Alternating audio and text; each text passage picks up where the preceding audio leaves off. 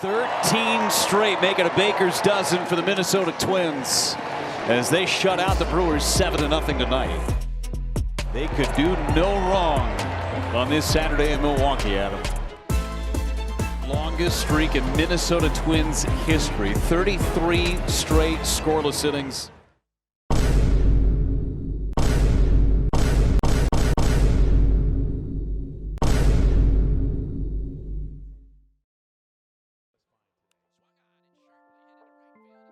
I am a big fan of the Minnesota Twins. Baseball has been my favorite sport to watch ever since I was a kid. It has always been my dream to watch my hometown team hoist the World Series trophy at least once in my lifetime. And to be fair, out of all the 4 major Minnesota sport teams, baseball fans historically have had it the best. The Twins won 2 championships within a 4-year stretch in 1987 and 1991, including arguably the greatest World Series of all time in '91. And throughout the early 2000s, the Twins were generally considered a good team. Between 2000 and 2010, the Twins won 6 American League Central titles, including a three-peat from 2002 to 2004. Yes, I'm well aware I'm a little greedy wanting a 3rd ring while our other teams haven't even been to a championship in a combined 125 seasons. However, to try and make a case for myself, currently, the Timberwolves are playing their best basketball in franchise history, making back-to-back Western Conference Finals. The Wild are consistently making playoff appearances behind star Kirill Kaprizov, and the Vikings are poised to look better than ever with new franchise QB J.J. McCarthy and multi-time Pro Bowler Justin Jefferson. But ever since the end of their playoff run in 2023, the Twins have had lackluster success in the regular, much less the postseason. See, most people are well aware of the Twins' unlikely playoff losing streak. 18 games in a row after Game 2 of the 2004 ALDS to finally be broken against the Blue Jays in 2023. I still remember watching that game and the final out, being incredibly happy and proud of the team as a Twins fan. However, after losing to the Astros in the ALDS that same year, it seems that all of the good luck and fortune ran out, and the team has been on an 18-carat run of bad luck since. In 2024, the Twins missed the playoffs, ending with a disappointing 82-80 record. And as of the time of recording this video, they are 4th in the Central Division, 12 games behind first, at 51-57. What prompted me to make this video in the first place, to be honest, was their 13-1 loss against the Red Sox on July 20th, and the subsequent trade of star closer Johan Duran to the Phillies to join my sweet prince, Max Kepler. Fan morale has been at an all-time low since the end of last season, with a record low attendance and news of the Pohlad owners looking to sell the team for $1.7 billion has left people wondering what the future of this franchise will look like. In truth, with all of these circumstances swirling together, the Minnesota Twins are in a very unique position. In this video, I want to try and lay out all of the assets, options, and possibilities the club has, and what I believe they should do in order to get the team back on track. Now, to preface, as shocking as it may seem, I am no general manager, but most likely neither are you watching this video. And even more likely, you watching this, you aren't Jeremy Zoll. So, in truth, none of this really matters, but if you do want to leave your opinion, you're more than welcome to voice it down in the comments below. Now that we have that all out of the way, let's get started. The biggest elephant in the room is obviously ownership. Who owns the Twins now versus a day, a week, or a month from now could be entirely different and thus shift the culture and focus entirely. I think this is kind of a double-edged sword. The Pohlads have largely been considered mediocre to bad owners by most fans. Low payrolls, accepting mediocrity, and overall not seen as baseball lovers. They have just not been in a favorable light in Minnesota. Since their public announcement of their intent to sell the team for $1.7 billion in October of 2024, offers have been made and entertained, including one reportedly of $1.5 billion.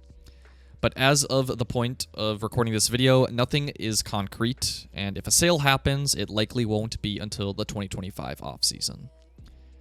In truth, finding an owner is going to be difficult. With an already below average team in a mid-market with waning fan interest, it would take a serious owner to not only fork over the money, but be willing to spend the time to shift the culture, which won't happen overnight. Sport teams are incredibly difficult to manage, and I truly hope we can get someone who wants to see the team succeed and will do whatever is necessary to make that happen. As much as I hate him for knocking the Twins out of the playoffs for so many years in a row, Alex Rodriguez seems like the perfect owner for the Timberwolves. Him and Mark Lowe. I have very high hopes for him and Lowe, and I hope we can get people like them to take control of the franchise. Until we get news of confirmation of an ownership switch, there really isn't much more to say. I can't really speculate on who the owner would be, that's way out of my tax bracket, but my only hope is, like I've said before, that they will create a positive change for the organization. Next, we want to look at their prospects and the future value they will bring to the team in the next 1 to 3 years. The one shining light on the future of the Twins organization is that they are filled to the brim with potential and talent. Although he slipped in the rankings recently due to injury and less playtime, Walker Jenkins has been highly touted as one of the best future prospects in the MLB development pipeline. The Twins drafted him 5th overall in the 2023 draft, and he has quickly made his way to Double-A ball, playing with the Wichita Wind Surge, slashing .276, .406, and .421, with an .827 OPS, 4 home runs, 9 stolen bases on 145 plate appearances this year. Now, most might be a little concerned with his low number of homers, considering he has constantly been seen as a power hitter. But I'm going to give him the benefit of the doubt due to his injury. I'm hoping to see him start in St. Paul in 2026, or even as early as the end of this season, with a slim possibility of him making his major league debut next year.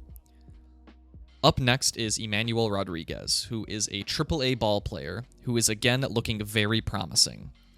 Jenkins and Rodriguez are actually extremely comparable in a lot of their stat lines, and they have been unfortunately battling injuries as well during the past few seasons, limiting their playing time. In June of this year, Rodriguez was placed on the IL with a right hip strain and had a left thumb injury earlier this year as well.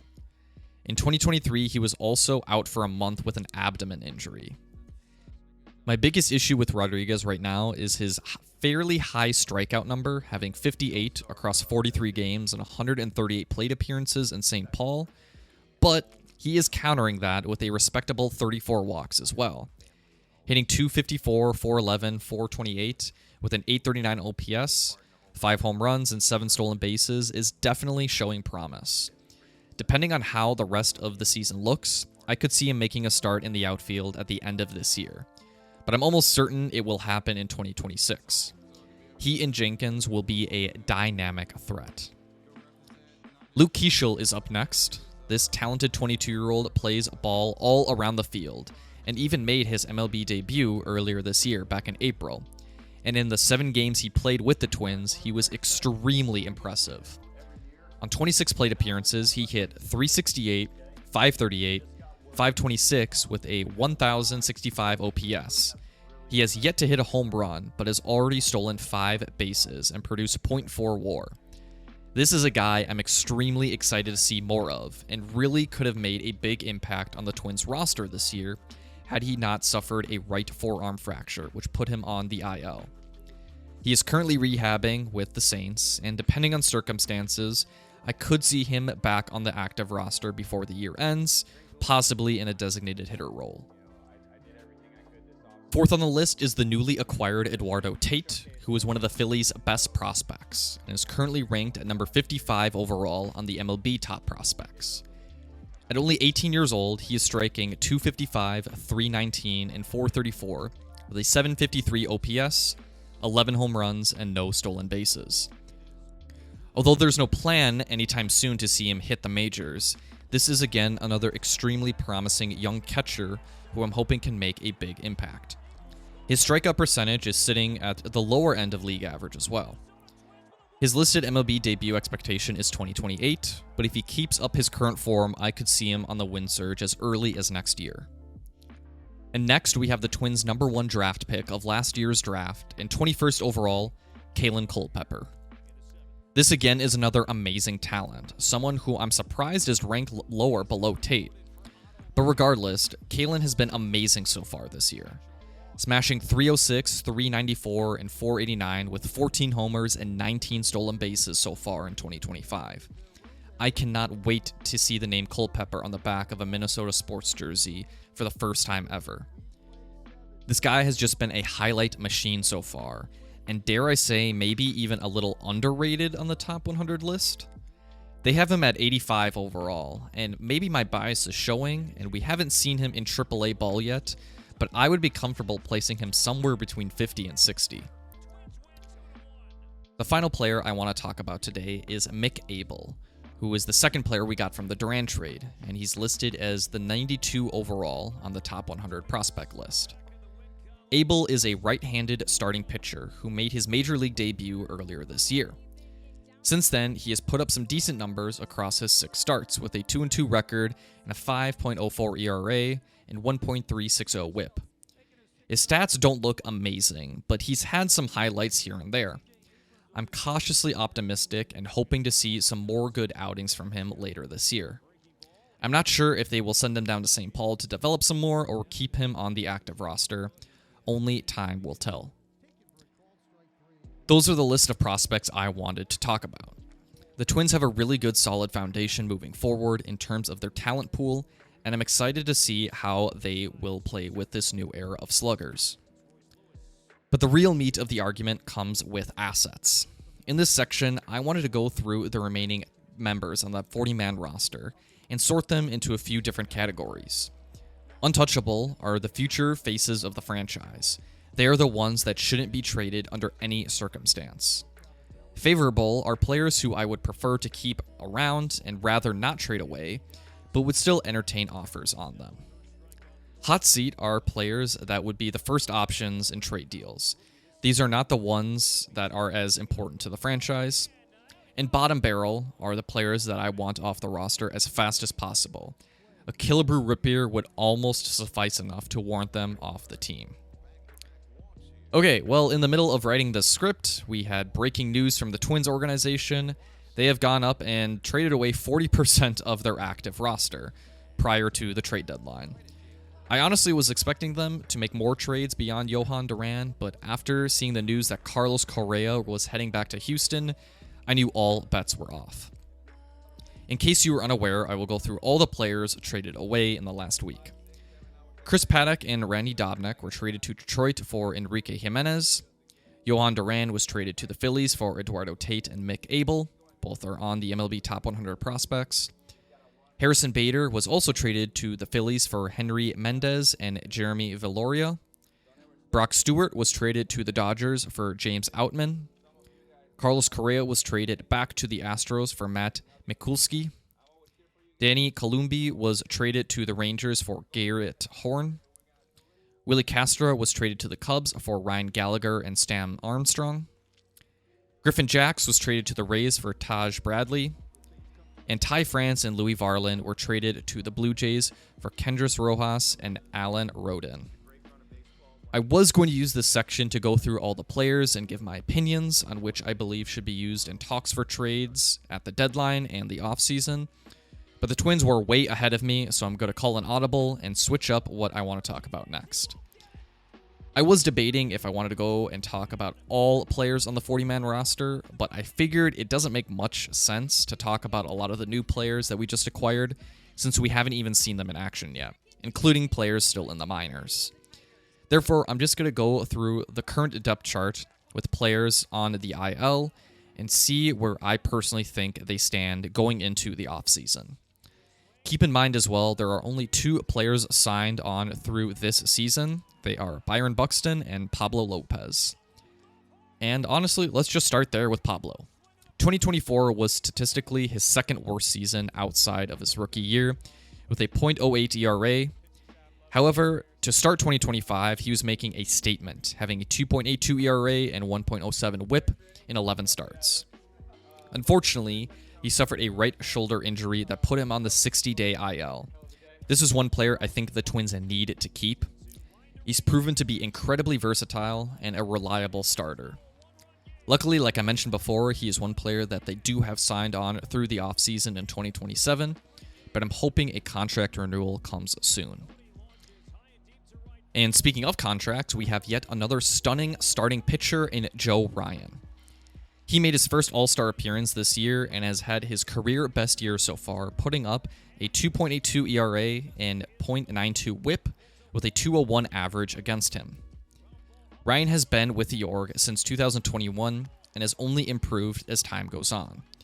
If there's any most untouchable player in this organization, it should be this guy.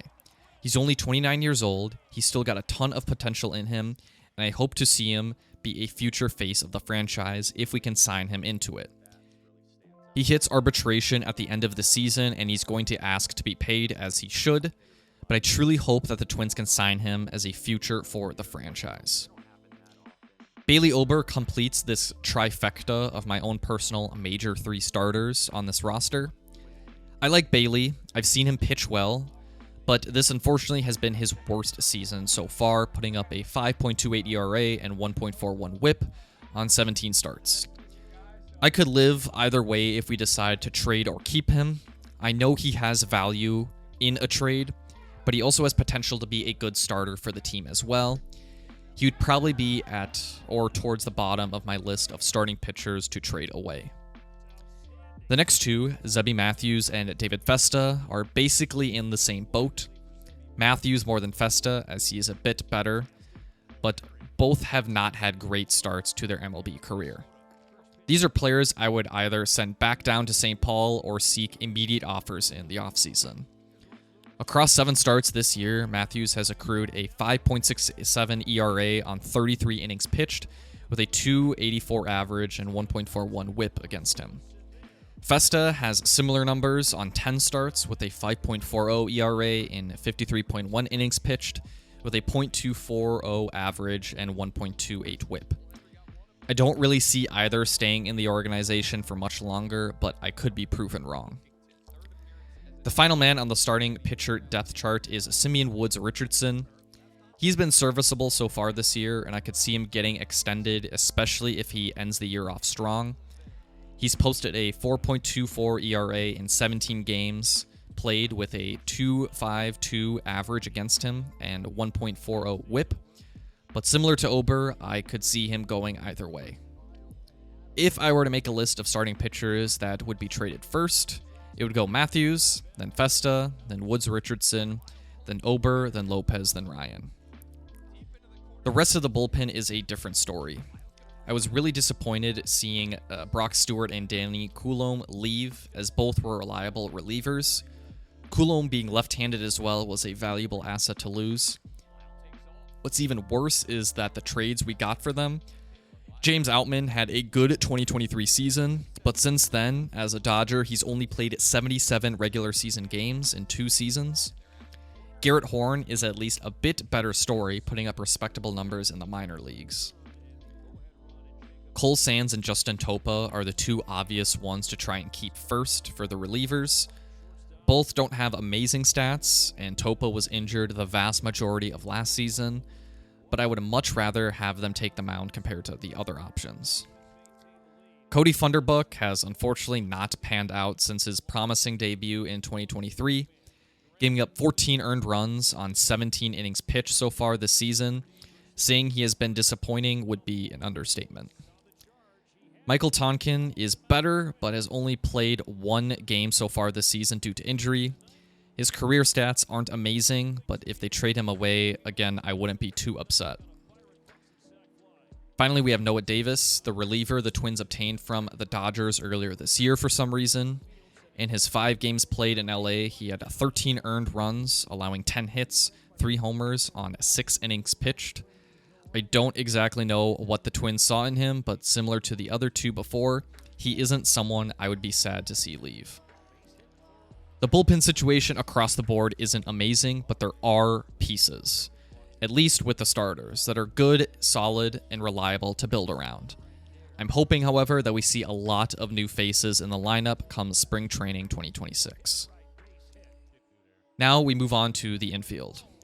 At catcher, we have Ryan Jeffers and Christian Vasquez.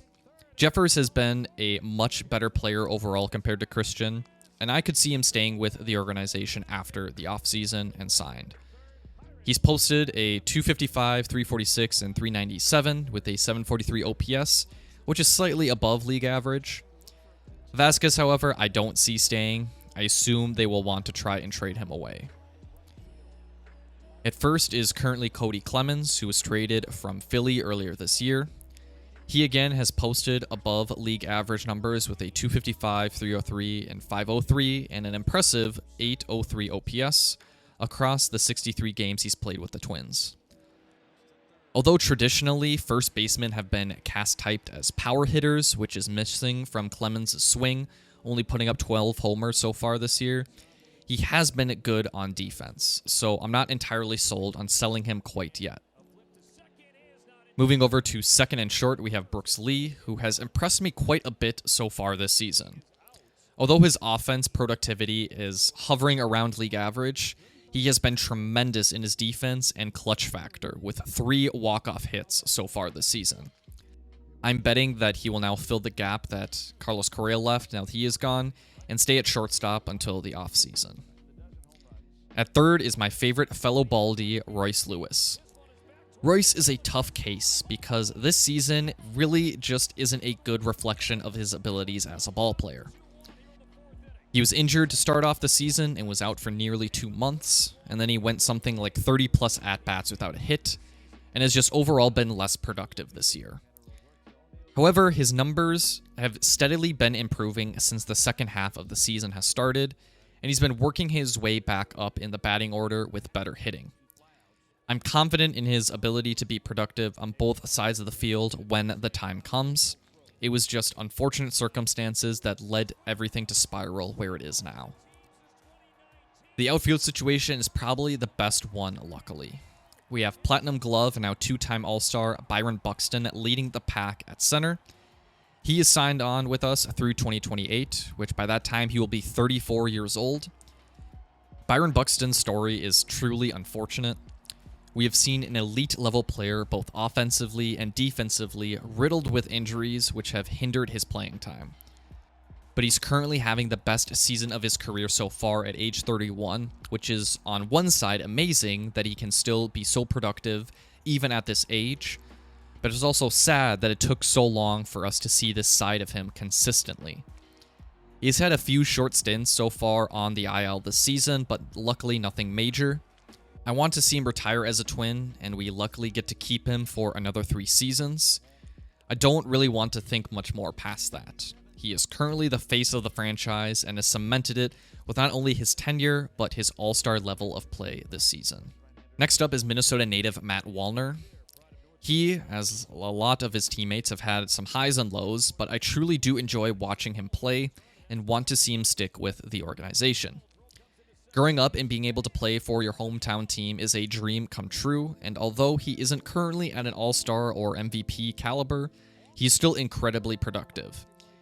He doesn't hit arbitration until 2027, so we'll have to wait and see what he and the organization would like to do, but personally, I would love to have him stay. Next up is 28-year-old Trevor Larnach. He's kind of in a similar situation as Matt Wallner. His batting is around league average numbers, but he has 13 homers so far this season. I think I'd like to say he's serviceable in the outfield and has come up clutch when a hit is needed, but he's not necessarily a player that I think needs to be kept for 2026. He hits arbitration in the offseason, so again, we'll have to see and wait what happens and what the club wants to do with him. The final 2 outliers are Mickey Gasper and Deshaun Kersey Jr. Kersey Jr. has played nearly triple the amount of games as Gasper, with some defensive highlights, but his offense has been truly abysmal so far this year. I'm struggling to see why Bader was traded instead of him, but alas, we have him through the year. Posting a 115, 148, and 192 and 340 OPS, these are not the stats you want from any outfielder, but he's the one we've got so far. I don't expect him to stay in a Twins uniform much longer, however. Mickey Gasper has been injured nearly all season, unfortunately. The Twins picked him up from the Red Sox in 2024 offseason, and he's only played 21 games so far this year. His batting stats aren't amazing, but he's been used all around the diamond, which is a useful tool to have. I could see the Twins retaining him on a more permanent basis depending on where the cards land later this year. The Twins have some space to fill in their 26-man roster. I think some obvious options they will exercise will be to call up some familiar faces in St. Paul. Julian will almost certainly go back to second, and even though he's not played well for the past 2 seasons, there's really not much of a choice that we have.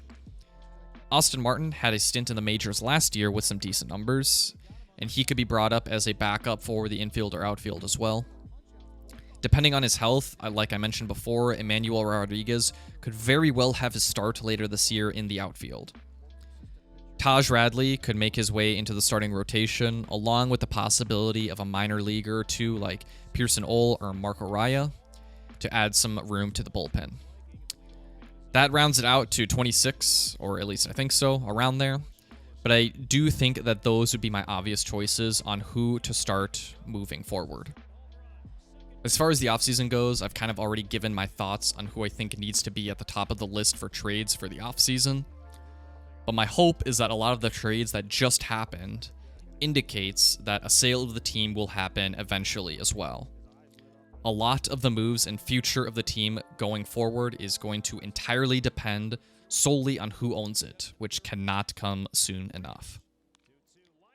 Hopefully you enjoyed this video. It's kind of different from the ones that I've made before, not really a video essay, but I figured it was warranted for such a big day in the MLB, and Twins specifically. I really hope that we can look to today as the start for a new era for the Twins. I was really hoping that that was going to be the case at the end of 2023, but things happen. What can you say? Thank you all for watching. If you enjoyed this video, make sure to hit like and subscribe to see more content similar to this, and make sure as well to share it with a friend if you think they'd like it as well. That's it from me, but until then, I will see you all next time.